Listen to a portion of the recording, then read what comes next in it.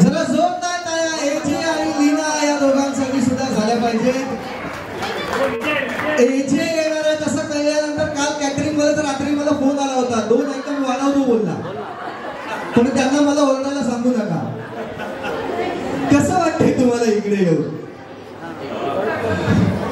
एवढं प्रेम बघून अतिशय म्हणजे ओव्हरवेल्मिंग जे म्हणतो ना आपण की एवढं प्रेम ऍक्च्युली आयुष्यात एवढं पाहिलं नव्हतं जेवढं इथे ठाण्यात आणि तुमच्या या सगळ्या लोकांनी आता दिलंय आता एंट्रीसाठी. Thank you so much. शो तुम्हाला आवडतोय असं रोज आम्हाला कळतंय आणि तुम्ही बघताय प्रेमाने.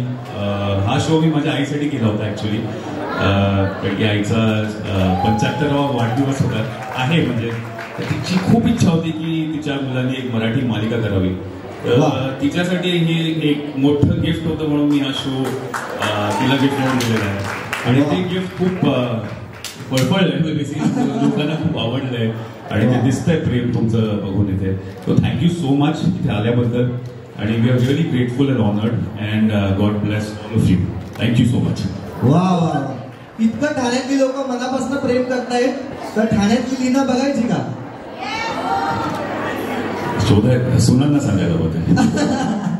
बरं लीला, तुला कसं वाटतं इथे आल्यानंतर? असं झालंय खरं, मला इतकं ओव्हरवेल्मिंग वाटतंय, सगळ्यांकडनं इतकं प्रेम मिळतंय. आता सुद्धा आणि एरवी सुद्धा आम्ही कुठेही बाहेर गेलो तरी लीला लीला म्हणून असं लोक ओळखतात आणि पहिल्यांदाच मला असं माझ्या कॅरेक्टरवरनं लोक ओळखायला लागली आहेत आणि खूप छान वाटतंय. आणि थँक्यू, आमच्यावर इतकं प्रेम करताय, आमची सिरियल बघताय, अशीच आमची सिरियल बघत राहा आणि आम्ही पण पूर्ण प्रयत्न करू तुम्हाला असंच एंटरटेन करायचं. आणि थँक्यू सो मच. वा वा वा.